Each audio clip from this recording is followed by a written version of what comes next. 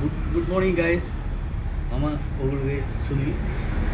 ඔයගොල්ලෝ අපි ඊයේ අපි පොඩි නිවාඩුවක් ගත්තා.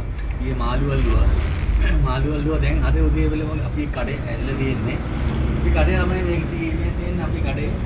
දැන් අපි මම මේ වෙවිලා දැන් ඔයගොල්ලෝ පෙන්නන්න හදන්නේ දැන් අලුත් බතික් කවුන් අපි ගෙනලා තියෙනවා.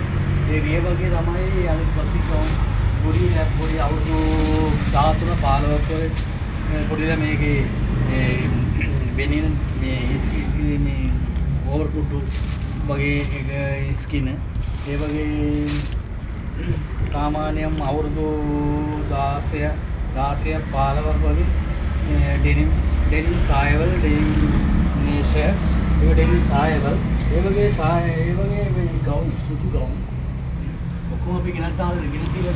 දැන් සුදු ගවුම් ගෙවලා තියෙනවා. දැන් වෙසක් මාසේ එන්නේ සුදු ගවුම ගෙනලා තියෙනවා. ඒ වගේ සුදු ගවුම් පොදුම පාටවල තියෙන ගවුම් පාටවල තියෙන ගවුම් ඒ ගවුමක් තියෙනවා ගොඩාක් ගෙනලා තියෙනවා. තාමත් දැන් අලුතකට එන්න හදන්නේ. ඒ පස්සේ ඒක අපි වීඩියෝ පෙන්නනවා.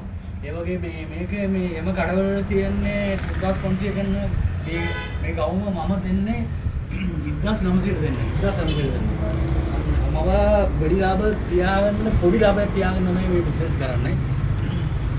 අපි ඔක්කොම දුප්පත් මිනිස්සු තමයි. මමත් දුප්පත් තමයි. මම පොතක් ගමේ ලෝක කඩවල කරන්නේ ඒගොල්ලෝ වෙඩිය ගන්න තියලා වෙඩි ගන්න දුන්න කට්ටිය අපේම නෙමෙයි. අපි පොඩි ගන්න පොඩි දුප්පත් මිනිස්සුන්ට ඕන කඩු මගේ කඩෙන් එවලා ගන්න පුළුවන්. කිසි කරදරයක් තව පොඩක් අඩු කරලා දෙනවා ඕන මිනිස්සුන්ට આવත් 100 කාරි 200 කාරි අඩු කරලා දෙනවා. ඒ වගේ තව දින මට අපිට එහෙම මද එමනේ. ඒක මේ ජාති වේද එහෙම මොනවත් නැහැ. මම උදේ එවිලා යේසු අපි බුදුහාමුදුරු ඒ වගේ එහෙම ආගම මම පානපත්තු කරලා ඒ ඔක්කොම කරලා තමයි මම මගේ වැඩ පටන් ගන්නනේ.